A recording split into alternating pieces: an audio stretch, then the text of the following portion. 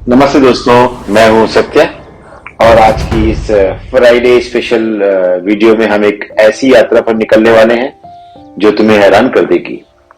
हम बात करेंगे क्वांटम मैकेनिक्स की। हाँ, वही क्वांटम मैकेनिक्स जो ब्रह्मांड की सबसे छोटी चीजों को समझाती है और उसे जोड़ेंगे हमारी खेती से। जी हाँ, खेती। तुम्हारे खेतों में जो धान, गेहूं और सूरजमुखी उगते हैं, उनके पीछे भी क्वांटम मैकेनिक्स का जादू है। तो तैयार हो जाओ, क्योंकि ये वीडियो एक धमाका होने वाली है। अब तुम सोच रहे होगे, सत्य भाई, क्वांटम मैकेनिक्स का खेती से क्या लेना देना? अरे बहुत कुछ है। फाइनमैन साहब कहते थे, प्रकृति को समझने के लिए हमें उसकी हर बात को ध्यान से सुनना पड़ता है। तो आज हम सुनेंगे कि कैसे क्वांटम मैकेनिक्स, जो इलेक्ट्रॉन, प्रोटॉन और फोटॉन की दुनिया है, हमारे खेतों को हरा भरा बनाती है। और खास बात, आज के सेशन में हम लाइट की एक प्रॉपर्टी, रिफ्लेक्शन को समझेंगे, जो क्वांटम की इस कहानी का एक अहम हिस्सा है। चलो एक छोटा सा एग्जांपल लेते हैं। कल्पना करो कि तुम अपने खेत में सूरजमुखी के बीज बो रहे हो। सूरज की रोशनी पड़ती है और वो पौधा बड़ा होने लगता है। लेकिन वो रोशनी पौधे तक कैसे पहुंचती है? इसके पीछे है फोटॉन, प्रकाश का एक छोटा सा कण। और ये फोटॉन क्वांटम मैकेनिक्स के नियमों से चलता है। वो एक साथ कई रास्तों से पौधों की पत्तियों तक पहुंचता है और फिर एक जादू की तरह सबसे तेज रास्ता चुन लेता है। ये प्रक्रिया, जिसे हम फोटोसिंथेसिस कहते हैं, क्वांटम मैकेनिक्स के बिना मुमकिन ही नहीं है। और ये तो बस शुरुआत है। इस वीडियो में हम देखेंगे कि कैसे क्वांटम मैकेनिक्स हमारे खेतों में क्रांति ला सकती है। मिसाल के तौर पर, क्वांटम सेंसर्स की मदद से हम मिट्टी की नमी को इतने सटीक तरीके से माप सकते हैं कि हमें पता चल जाए कि पौधे को ठीक ठीक कितना पानी चाहिए। या फिर क्वांटम कंप्यूटिंग की मदद से हम मौसम की भविष्यवाणी कर सकते हैं, इतनी सही कर सकते हैं कि किसान को पहले से पता चल जाए कि बारिश कब होगी, ताकि वो अपनी फसल को बचा सके। लेकिन क्वांटम मैकेनिक्स सिर्फ टेक्नोलॉजी की बात नहीं है। ये हमें ये भी सिखाती है कि ब्रह्मांड कैसे काम करता है। एस सी वर्मा सर कहते हैं कि क्वांटम मैकेनिक्स हमें ब्रह्मांड की सबसे छोटी चीजों को समझने में मदद करती है। तो आज हम देखेंगे कि कैसे एक इलेक्ट्रॉन, जो इतना छोटा है कि हम उसे देख भी नहीं सकते, हमारे खेतों में सूरज की रोशनी को ऊर्जा में बदल देता है, ताकि हमारी फसलें पनप सकें। अब फाइनमैन स्टाइल में एक सवाल पूछता हूं, अगर एक इलेक्ट्रॉन एक साथ दो जगहों पर हो सकता है, तो क्या तुम्हारा पौधा एक साथ दो खेतों में उग सकता है? अरे मजाक कर रहा हूं, लेकिन सच में क्वांटम की दुनिया इतनी अजीब है कि ये हमें सोचने पर मजबूर कर देती है। और आज हम इसी अजीब दुनिया को अपने खेतों से जोड़कर देखेंगे। तो इस वीडियो में हम कैसे करेंगे? हम बात करेंगे क्वांटम मैकेनिक्स के बेसिक सिद्धांतों की, जैसे वेव पार्टिकल ड्यूअलिटी और सुपरपोजिशन। हम देखेंगे कि कैसे फोटोसिंथेसिस से में क्वांटम इफेक्ट्स काम करते हैं। और सबसे मजेदार बात, हम बात करेंगे कि कैसे क्वांटम टेक्नोलॉजी भविष्य में हमारी खेती को बदल सकती है। मिसाल के तौर पर क्वांटम सेंसर से लेकर क्वांटम बेस्ड फर्टिलाइजर तक सब कुछ। तो दोस्तों, अगर तुम्हें लगता है कि क्वांटम मैकेनिक्स सिर्फ लैब में बैठे साइंटिस्ट के लिए है, तो ये वीडियो तुम्हारी सोच बदल देगी। हम देखेंगे कि कैसे क्वांटम मैकेनिक्स हमारे किसानों की जिंदगी को आसान बना सकती है, कैसे ये हमारी फसलों को बेहतर बना सकती है, और कैसे ये हमें प्रकृति को और करीब से समझने में मदद कर सकती है। तो तैयार हो जाओ, क्योंकि ये वीडियो एक रोलर कोस्टर राइड की तरह होने वाली है। हम क्वांटम की अजीब दुनिया से लेकर खेतों की हरी भरी दुनिया तक का सफर करेंगे। अपनी जिज्ञासा को जगाओ, अपने सवाल तैयार करो और चलो इस धमाकेदार यात्रा को शुरू करते हैं। चलो क्वांटम और खेती का कनेक्शन ढूंढते हैं साथ में। धन्यवाद।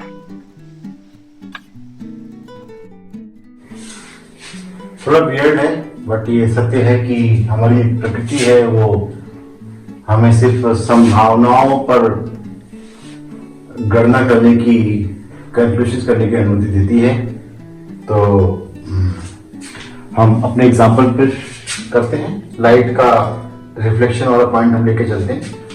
इस पर हम संभावनाएं कैसे व्यक्त करेंगे, किस तरह से हम इसकी गणितीय रूप में कैलकुलेशन करेंगे, उस पर हम काम करते हैं। तो जैसे हमने इंट्रोडक्शन में बताया कि जो प्रकाश है, जो फोटोन है, वो उसको तीर की तरह निकलते हैं। छोटे छोटे तीर हैं जो आ रहे हैं, उनका मतलब क्या हुआ? छोटे तीर जो है वो एक वैसे वेक्टर्स हैं, वेक्टर्स की बात कर रहे हैं। छोटा सा एरो है, इसकी जो मैग्नीट्यूड है वो 0.2 है। ओके, इसका मीनिंग क्या हुआ? इसके ऊपर जो स्क्वायर बनेगा, इसके ऊपर जो स्क्वायर बनेगा, ये जो इसका एरिया होगा वो कहलाएगा प्रोबेबिलिटी, संभावना। सो क्या बनेगा इसके ऊपर स्क्वायर? सिंपल गणित है, 0.2, ये भी 0.2 होगा, तो ये 0.04। ओके, तो 0.04 इज मीन्स 4%। तुम्हारी 4% जो है संभावना हुई। ओके, तो यहाँ देखते हैं एक हमारे जो एक्सपेरिमेंट से ये सिद्ध हुआ है कि अगर प्रकाश परावर्तित हो रहा है, रिफ्लेक्ट हो रहा है किसी ट्रांसपेरेंट जो ग्लास है, तो ये यहाँ पर हमारा मेजर कर रहे हैं कितना आ रहा है। तो सपोज 100 फोटॉन्स निकले हैं यहाँ से। सो इस पर आएंगे, बी पर आएंगे 96 और इस पर आएंगे 4। इसके हिसाब से जो हम कैलकुलेशन कर रहे हैं, सो रिफ्लेक्ट होके 4% आएंगे। ये बड़ा अजीब सा है अगर हम देखा जाए तो, कि एक ही जैसा इवेंट है, एक ही जैसी घटनाएं हैं, लेकिन ये 100 फोटॉन आ रहे हैं।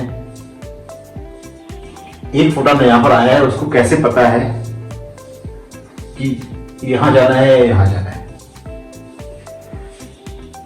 तो इसी पे हम हमारी प्रकृति इसी सिद्धांत पे काम करती है।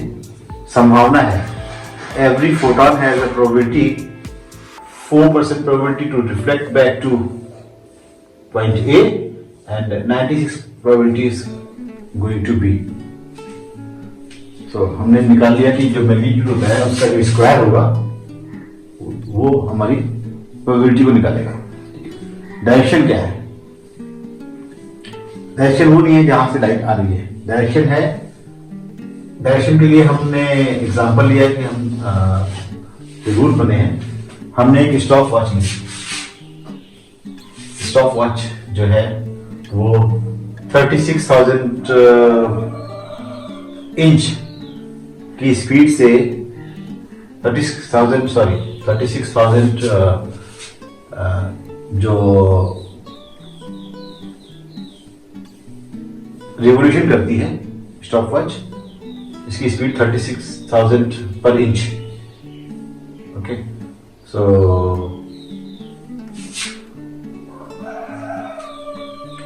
लाइट सोर्स यहां से यहां आया और यहां से यहां आया। ओके, सो उतने टाइम पर जो टाइम लगेगा जहां पर ये स्टॉप होगा उसका अपोजिट निकालेंगे। अपोजिट क्यों निकालेंगे आगे क्वेश्चन में हम देखेंगे। अपोजिट डायरेक्शन में जो जो डायरेक्शन होगी, इसकी डायरेक्शन ये है। ओके, तो इसकी जस्ट अपोजिट कर लो तो ये डायरेक्शन होगी, ये इसकी डायरेक्शन होगी। तो एक तो मैग्नीट्यूड हो गया 0.2, डायरेक्शन क्या होगी, स्टॉप वॉच जहां पर स्टॉप हुई है। सेम वे में हम देखते हैं कि अगर ये पतली सी ग्लास की शीट है, इस बैक वाले सरफेस से रिफ्लेक्ट होके जा रहा है, तो पक्की बात है कि इसमें थोड़ा सा ज्यादा टाइम लगेगा। इतनी से भले कितनी ज्यादा स्पीड, तो जो टाइम लगेगा उसमें ये जो स्टॉप वॉच है वो थोड़ा सा यहाँ थोड़ा सा आगे आगे रुकेगी। बट जब बैक सरफेस से आ रहा है तो ये हम जिस डायरेक्शन में रुकती है स्टॉप वॉच वही डायरेक्शन लेंगे। तो ये 0.2 संभावना वही रहेगी, जो मैग्नीट्यूड वही रहेगा, क्योंकि इससे हो या इससे हो 4% की संभावना है। तो this will be again 0.2, but direction हमारी बदल जाएगी, डायरेक्शन ये हो जाएगी। तो ये दो इवेंट हैं। ये लाइट फोटॉन्स यहाँ से भी आ सकते हैं, यहाँ से आ सकते हैं। दोनों इवेंट को ऐड करते हैं। तो देखिएगा एक यही weirdness है, यही मैजिक है क्वांटम का। तो हम जनरल वे में अगर कहेंगे तो अगर 100 में से 4 यहाँ आते हैं और 96 बचते हैं यहाँ पर, 96 में ऑलमोस्ट 4 यहाँ आनी चाहिए, टोटल 8% होना चाहिए संभावना, बट ऐसा नहीं है। सो इन दोनों के इवेंट को हम देखते हैं। तो ये 2 एरो हो गए, वेक्टर अलजेब्रा यूज करके हम इसको कैलकुलेट करेंगे। सो एक एरो हो गया पहला वाला, ये दिस इज 0.2, सॉरी ये फर्स्ट एरो है 0.2 दिस वे, ये है दिस वे, इसका ऑपोजिट होगा। दिस इज मैग्नीट्यूड हो गया और स्टॉप वॉच की जो अपोजिट डायरेक्शन है दिस इज 0.2। ओके, एंड ये जो डायरेक्शन है वो ये डायरेक्शन है, तो इसको हम ऐसे लेंगे। ओके, और जो फाइनल दोनों का इवेंट मर्ज करेंगे, ऐड करेंगे, तो हमें पता है इस पर वेक्टर अलजेब्रा रूल, ये दिस इज द, ये हमारा फाइनल एरो आ रहा है। ये दोनों इवेंट मिला देते हैं। तो इसका हम ये समथिंग बहुत स्मॉल है, हमने थोड़ा बड़ा बनाया है करने के लिए। ये मानते हैं 0.05 इसका मैग्नीट्यूड है, जो फाइनली हमने निकल के आया। तो संभावना क्या होगी, प्रोबेबिलिटी क्या होगी, 0.05 का स्क्वायर प्रोबेबिलिटी जो होगी, जो फाइनल इवेंट की प्रोबेबिलिटी होगी,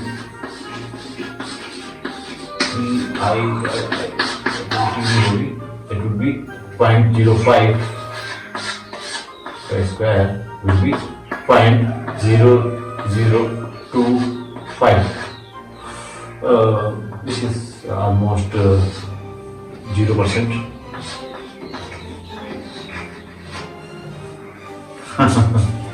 सो जब 2 सरफेस हो गए तो ये टोटल संभावना जो हो रही है वो ऑलमोस्ट 0%, यानी पूरी पूरी लाइट जो है यहां से निकल जाएगी, यहां पर कोई लाइट नहीं आएगी।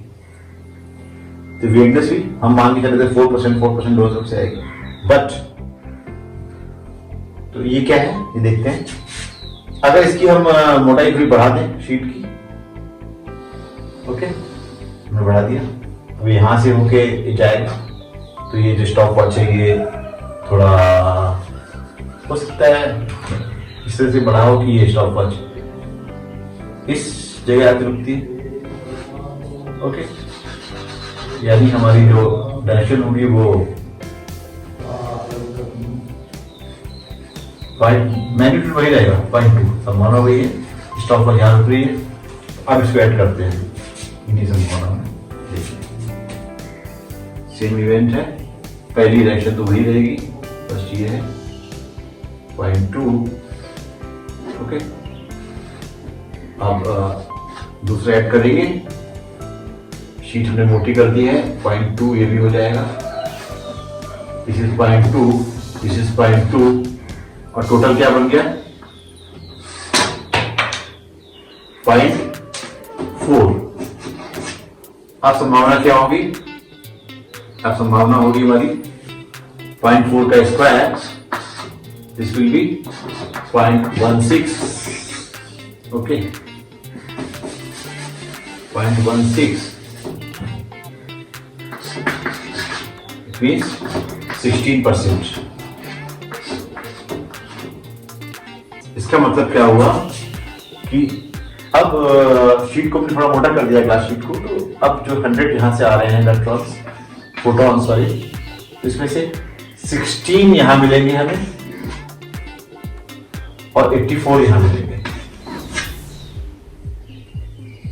अजीब बात है। तो यहाँ पर जो फाइनल इवेंट है दोनों मिला के 0 भी हो सकते हैं और 16 भी हो सकता है।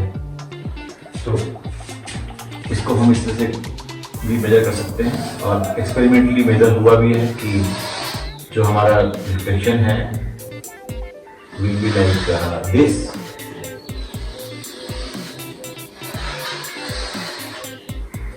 ये आपकी